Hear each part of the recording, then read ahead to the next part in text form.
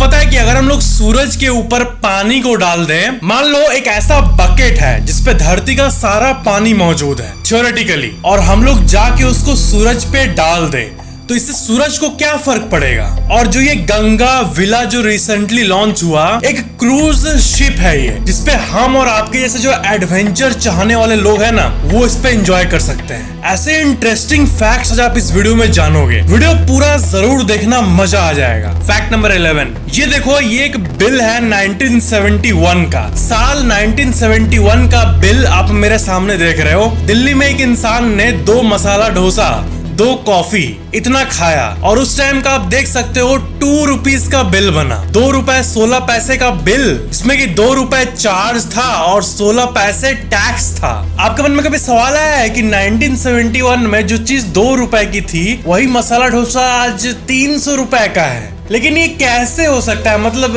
इस चीज को अवॉइड नहीं कर सकते क्या? मतलब इसको महंगाई कहते हैं हम लोग टेक्निकली। मतलब ऐसा कोई तरीका है जिससे कि इन्फ्लेशन हो ही ना? तो अनफॉर्चुनेटली इन्फ्लेशन कभी भी पूरी तरह से रुक नहीं सकती है, सिर्फ कम ही हो सकती है। आपको पता है जापान जो देश है, यहाँ पे गवर्नमेंट आर्टिफिशियली इन्फ्लेशन को कंट्रोल रखती है। मतलब वहां पे चीजों की दाम नहीं बढ़ी है। वहां की गवर्नमेंट कॉन्शियसली ये इसलिए कर रही है क्योंकि वहां का मेजर पॉपुलेशन बूढ़ा है एंड वो काम कर नहीं सकते हैं, इसलिए वहां के इकोनॉमी को ऐसा रखा गया है ताकि इन्फ्लेशन ना बढ़े। हम लोग, इंडिया अभी यंग कंट्री है, ये तो ठीक है, लेकिन बहुत लोग इस बात पे ध्यान नहीं देते हैं। ध्यान से सुनो आप, हम लोग अभी के टाइम पे यंग हैं, लेकिन अभी का जो इतना सारा यंग पॉपुलेशन है, वो एक टाइम पे बूढ़ा भी तो हो जाएगा। मतलब अभी जो हम लोग इतने यंग हैं, बाद में जाके ऐसा होगा कि हम लोग भी तो कभी 40, 50, 60 के होंगे, आप भी तो होगे। तो अभी का यंग पॉपुलेशन तो ओल्ड भी तो होगा। तब शायद गवर्नमेंट को इन्फ्लेशन को कंट्रोल करना पड़े, क्योंकि तब देश का ज्यादातर हिस्सा या फिर अच्छा खासा हिस्सा सीनियर सिटीजन होगा।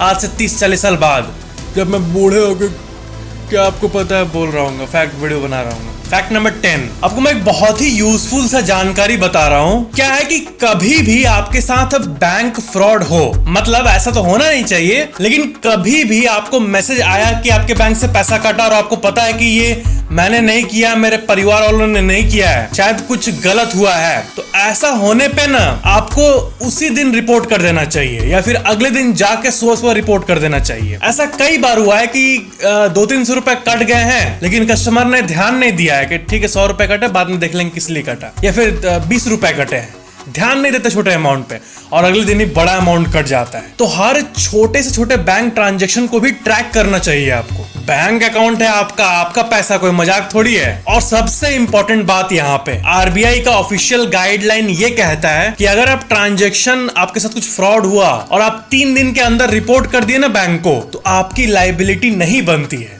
इसका मतलब क्या हुआ कि बैंक आपको पूरा जो फ्रॉड हुआ है वो पैसा ला के देगा, ये बैंक की जिम्मेदारी है। जी हाँ, ये बहुत यूनिक इन्फॉर्मेशन है। बट दिक्कत ये है कि 3 दिन से बाद अगर आप देरी करते हो रिपोर्ट करने में, इसका मतलब 3 दिन तक अगर किसी के साथ सीरियस चीज होगा तो 3 दिन क्यों रुकेगा, है ना? तो इसी सेंस से ये रूल बनाया गया है कि 3 दिन तक नो लायबिलिटी, पूरा पैसा सब मिलना ही मिलना है कस्टमर को। 3 दिन बाद लायबिलिटी कस्टमर पे आ जाती है। अगर 3 दिन बाद ये होता है तो वो अमाउंट आपको कट के मिलता है, कुछ स्पेसिफिक अमाउंट, मतलब पूरा लायबिलिटी बैंक पे नहीं होता है, कस्टमर पे भी आ जाता है। और 7 डेज बाद, अगर आप 7 दिन बाद अगर आप रिपोर्ट करते हो, तब तो आप गए, तब तो बैंक जो डिसाइड करेगा वही होगा। मतलब उसके पास एक अथॉरिटी आ जाती है। इसलिए कोई भी फ्रॉड ट्रांजैक्शन को 3 दिन से पहले रिपोर्ट करना। फैक्ट नंबर 9, बहुत पहले के टाइम पे, मतलब 1950 के टाइम पे क्या होता था कि चिपकाने का जो ग्लू आता था ना, कोई कारपेंटर काम कर रहा है और उसको कुछ चिपकाना है, या फिर किसी को कुछ भी, जो एडेसिव का मार्केट था वो उतना डेवलप्ड नहीं था, तब वहां पे फेविकॉल ने एंट्री मारा और 5 रुपए का एडेसिव, 10 रुपए का एडेसिव घर घर में पहुंचा दिया फेविकॉल। और उसका तो मार्केटिंग ही इतना अच्छा है। आपको पता है ये एक फ्रीडम फाइटर, एक पियोन और एक ट्रेडर जिनका नाम है बलवंत पारेख, उन्होंने इस $1 बिलियन फेविकॉल एम्पायर को खड़ा किया। फैक्ट नंबर 8, हमारे इंडिया का जो इकोनॉमी है ना वो डेवलपिंग इकोनॉमी है। इसका मतलब यहाँ पे महंगाई तो है, इन्फ्लेशन तो है, लेकिन उसके हिसाब से बैंक में रिटर्न भी मिल जाता है। और जितने भी मीडियम और स्मॉल साइज्ड सेक्टर है उसमें बहुत स्कोप है। क्या है कि यहाँ पे बहुत एक डीप सी बात को समझो, एक बहुत ही इंपॉर्टेंट जानकारी कि डेवलप्ड कंट्री जैसे कि जापान और अमेरिका, वहां का इंफ्रास्ट्रक्चर आप देखोगे ना, अपार्टमेंट्स, ब्रिजेस और बाकी सब चीजें, वो आपको लगेगा कि कितना सुंदर है, ये सब बन चुका है, पूरा कंट्री भरा हुआ है। ठीक है, वहां पे जो डेवलपमेंट है, जो इंफ्रास्ट्रक्चर है, जो जैसे सीमेंट का यूज वहां पे ऑलरेडी इतना हो चुका है, कंस्ट्रक्शन हाई लेवल पे पहले ही हो चुका है, तो इसलिए वहां पे और डेवलपमेंट नहीं, मुश्किल है मतलब, तो इसलिए उसको डेवलप्ड कहा जाता है। मतलब बहुत ग्रो कर लिया, अच्छा खासा ग्रो कर लिया वर्ल्ड एवरेज के हिसाब से। और इंडिया में आप देखोगे तो बहुत सारा लैंड अभी भी खाली पड़ा है, बहुत सारे मेगा प्रोजेक्ट्स बन रहे हैं, एक्सप्रेसवे बन रहे हैं। तो सब जब इतना एक्सप्रेसवे और ये सब बन जाएगा, एक टाइम आएगा ना जब पूरा इंडिया का इंफ्रास्ट्रक्चर मजा आ जाएगा देखने में, तब इंडिया भी डेवलप्ड कंट्री बन जाएगा। तब आपको पता है दिक्कत ये है कि फिर डेवलप्ड होने के बाद फिर ग्रोथ का स्कोप कम हो जाता है, ऐसे कि अमेरिका में है। अमेरिका में आप बैंक में अभी भी पैसा रखोगे तो आपको 0.2 या 3% का इंटरेस्ट मिलेगा। वहां पैसा फेच करना बहुत मुश्किल है क्योंकि ऑलरेडी डेवलप्ड हो चुका है सब कुछ अच्छे खासे लेवल पे। और इंडिया में इंटरेस्ट रेट 6%। आप अभी 1 लाख रुपए बैंक में रखोगे, अगले साल 1,06,000 बन जाएगा बिना कुछ किए। बैंक को कॉन्फिडेंस है कि ये देश उतना उसको दे देगा कि आपको 6,000 देने के बाद भी बैंक का प्रॉफिट बच जाएगा। तो इसी कॉन्टेक्स्ट में मैं आपको ये जानकारी बताना चाह रहा हूँ कि इंडिया का जो महिंद्रा कंपनी है, वही फेमस महिंद्रा, वो साउथ अफ्रीका में भी नंबर 1 कार कंपनी के तौर पे आई है। इन आर्टिकल्स को देखो, साउथ अफ्रीका में साल 2022 में इंडिया की Mahindra fastest growing car brand के तौर पे उभरी है। फैक्ट नंबर 7, क्रिस्टीन जैक्सन ली, 21 साल की एक लड़की, इसके साथ एक ऐसी चीज हुई जो हम लोग सब चाहते हैं कि हमारे साथ हो, लेकिन आपको जान लेना चाहिए क्योंकि ये खतरनाक भी हो सकता है। क्या है कि इसको अचानक से दिखा कि मेरे बैंक में क्रेडिट्स हो रहे हैं। इसके बैंक में एक बार 2.5 लाख रुपए ऑटोमेटिकली आ गए, फिर 50,000 आ गया, फिर 1 लाख आ गया, फिर 10 लाख आ गया। अब इसको लग रहा है ये क्या हो रहा है, ये क्या हो रहा है। ऐसे ही करते करते करते करते उसके बैंक में कुछ महीनों के दौरान, 3-4 महीनों के दौरान उसके बैंक में 25 करोड़ रुपए आ गए। और सबसे मजेदार बात, वो उन पैसे को यूज भी कर रही थी। अब बैठे बैठे मिल रहा है तो उसको लग रहा है ठीक है मिल रहा है, और वो यूज करते गई। बाद में जब बैंक को पता चला तब वो इमीडिएटली इसको ब्लॉक कर दिया और पता चला कि ये एक टेक्निकल ग्लिच के चलते हुआ था। अब ऐसा टेक्निकल ग्लिच होगा तो फिर कैसे चलेगा बाबू। एक अनलिमिटेड ओवरड्राफ्ट फैसिलिटी ऑन हो गया था, तो इसका मतलब ये भी हुआ कि जो 25 करोड़ रुपए आए और वो सब यूज कर दिए, तो फिर वो उसकी लायबिलिटी भी हुई ना, एक तरह से लोन लिए बैंक को। और इसलिए जब बैंक वाले उस पर चढ़ने लगे तो वो वहां से भागने की कोशिश की, लेकिन एयरपोर्ट पे उसको पकड़ लिया गया। इसलिए ऐसा जब भी हो कि अनऑथराइज्ड डेबिट या फिर क्रेडिट भी आपके बैंक में हो रहा है, कुछ बड़े अमाउंट का अगर हो गया, क्योंकि इतने सारे अरबों बैंक अकाउंट है, तो एक के साथ ऐसा हो ही सकता है वो आप ही हो नेक्स्ट। तो ऐसा हो तो बैंक को रिपोर्ट करो, ये नहीं कि पैसा आने पे यूज कर दो। रिसेंटली, ये तो ऑस्ट्रेलिया की बात हो गई, सिडनी की बात, रिसेंटली चेन्नई में एक्सीडेंटली HDFC बैंक में बहुत सारे कस्टमर को करोड़ रुपए क्रेडिट हो गए थे अपने, और लोग उसको विड्रॉ करके यूज भी कर रहे थे। नहीं बाबा, ऐसा नहीं करना चाहिए। कोई भी मतलब यूज करके उसको बोल दे कि मैंने खर्चा कर दिया है, तो लेकिन लॉ इस तरह नहीं दिखेगा ना आपको, आपके ऊपर लायबिलिटी आ जाएगा। थोड़ी वो पैसा आप कमाए हो, और कोई भी कितना भी स्मार्ट बनने की कोशिश करे, जो बैंक्स का नेटवर्क है, जो गवर्नमेंट है और जो लॉ इन्फोर्समेंट एजेंसीज हैं, उनको आप आउटस्मार्ट नहीं कर पाओगे। लेकिन इन मामलों में ये देखा गया है कि कोर्ट भी इंस्टेंट सजा नहीं देता है कस्टमर को, क्योंकि ये बैंक के गलती से हुआ है ना, बैंक में दिक्कत थी, बैंक का एरर था, तो टेक्निकल कंप्यूटर में गलती बैंक का है। फैक्ट नंबर 6, साल 2018 में दिल्ली डेयरडेविल्स और राजस्थान रॉयल्स, इन दोनों के बीच में IPL मैच चल रहा था। उसमें फैंस ने मैच से भी ज्यादा एक यूनिक सी मार्केटिंग स्ट्रेटेजी को नोटिस किया,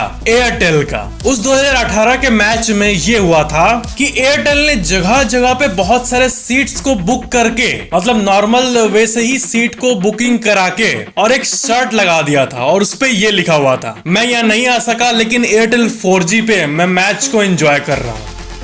ये इसकी मार्केटिंग ट्रिक, मतलब डायरेक्ट एड्स पे खर्चा ना करके जगह जगह सीट्स ही बुक कर लिया था कि कैमरा कहीं भी अगर दिखाए तो वो तो दिखेगा ही हर लोग को। और लोग नोटिस भी कर रहे थे कि मेरे बगल वाला सीट खाली है, लेकिन इसको तो एयरटेल ने बुक किया हुआ है। एक गजब सी मार्केटिंग स्ट्रेटेजी। लोग ऐसे ट्वीट्स पोस्ट कर रहे थे कि गुड वन एयरटेल, अच्छा था ये। फैक्ट नंबर 5, क्या आपको पता है कि जो तेल, जो पेट्रोल, जी हाँ वही चीज जिसकी महंगाई पे बात होते रहती है हमेशा, वो निकलता है क्रूड ऑयल से। मतलब जो रॉ मटेरियल, जो रॉ माल निकलता धरती के अंदर से, उसमें ना 3-4 चीजें होती है, जैसे कि डीजल, पेट्रोल, जेट ऑयल और बहुत सारे और भी तरह के ऑयल उसमें मिक्स्ड रहते हैं। मतलब धरती के अंदर जो मौजूद है, इतने कच कच कच अंदर होगा बहुत सारा कुछ, तो लिक्विड फॉर्म में बहुत सारे एलिमेंट्स निकलते हैं। अब उसमें से अलग किया जाता है पेट्रोल को, डीजल को, जेट ऑयल को और बाकी चीजों को। और यही चीज रिफाइनरीज में होता है। और ये रिफाइनरीज को सेट करना सबके बस की बात नहीं है। मतलब अगर मैं बिस्किट की फैक्ट्री की बात करूं तो आपको भारत में हर जगह मतलब सैकड़ों बिस्किट की फैक्ट्रीज मिल जाएंगे, हजारों। लेकिन पूरे भारत में सिर्फ और सिर्फ 23 रिफाइनरीज ही मौजूद है। और उन रिफाइनरीज का मैप आप देख सकते हो। अलग अलग कंपनीज जैसे कि इंडियन ऑयल, रिलायंस, ऐसी कंपनीज इनको ओन करती है। पूरे विश्व का स्टैटिस्टिक्स भी आप देख लो एक बार। सबसे ज्यादा ऑयल यूएसए यानी अमेरिका प्रोड्यूस करता है। रशिया करीब 1 crore 1 lakh barrels per day. Saudi Arabia 93 lakh barrels per day. फिर आता है कनाडा, इराक, चाइना और पूरा यूएई, फिर ब्राजील। और इस लिस्ट में 24वें नंबर पे इंडिया है, जहाँ पे 6 लाख बैरल्स प्रोड्यूस होती है पर डे। मैं चाहता हूँ ना कि इंडिया को ना कोई रिफाइनरी मिल जाए। मतलब अगर कोई ऐसा अननोन लोकेशन पे तेल खोज लिया गया और वहाँ पे तेल का अच्छा खासा मात्रा मिला, तो फिर इंडिया भी बनाने लगेगा 50 लाख बैरल पर डे। और ये जो कहाँ पे तेल मौजूद है, ये तो प्योर लक है। धरती पे कहाँ, अब अरब जैसे इसी के लिए जाना जाता है। फैक्ट नंबर 4, टेक्नोलॉजी कितने तेज रफ्तार से बढ़ रही है ये तो आपको पता ही होगा। आपको पता है अब सेल्फ हीलिंग कंक्रीट आ गया है। कुछ सालों बाद आपको ऐसे कंक्रीट से बना घर दिखेगा जो कि सेल्फ हील कर लेगा। मतलब दीवार पे क्रैक्स आ जाने के बाद वो कंक्रीट अपने आप को सेल्फ हील करके भर लेगा। इसको कहते हैं सेल्फ हीलिंग कंक्रीट। और इसका विकिपीडिया स्निपेट आप देख सकते हो। कोरियन रिसर्च साइंटिस्ट ने तो सेल्फ हीलिंग मोबाइल फोन का स्क्रीन भी बना दिया है। इसके लेकिन बहुत जरूरत है ना। मोबाइल अगर आपका गिर के टूट गया तो वो भी अपने आप को सेल्फ हील कर लेगा। और एक टेक्नोलॉजी है सेल्फ हीलिंग क्लोथ्स। अगर कपड़ा फट गया तो वो भी अपने आप को सेल्फ हील कर लेगा। फैक्ट नंबर 3, आपको पता है वॉलमार्ट जो कंपनी है, इसके अंदर जो ट्रक ड्राइवर्स हैं, पहले इन आर्टिकल्स को देखो, इसमें ये बताया गया है कि ट्रक ड्राइवर्स की कमी आ गई है वॉलमार्ट में। और अगर आप सैलरी के बारे में सर्च करोगे तो आपको ये पता चलेगा कि वॉलमार्ट में ट्रक ड्राइवर्स का जो एवरेज एनुअल सैलरी है वो है करीब $90,000, यानी करीब 70 लाख रुपए साल का, यानी 6 लाख रुपए महीने वॉलमार्ट देता है अपने ट्रक ड्राइवर्स को।